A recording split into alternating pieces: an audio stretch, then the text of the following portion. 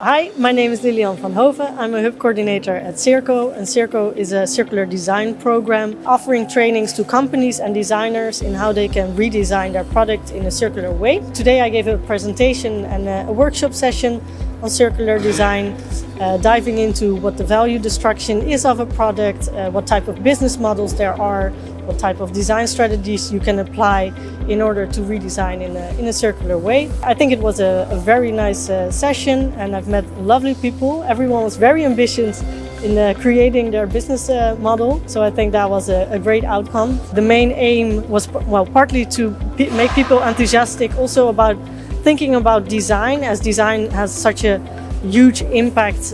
We can actually make a huge impact by changing the design and reducing the ecological impact and also economic cost, material use, etc. And also to see if there are partners interested to become a CIRCO hub. So see if we can roll this program out within Nigeria.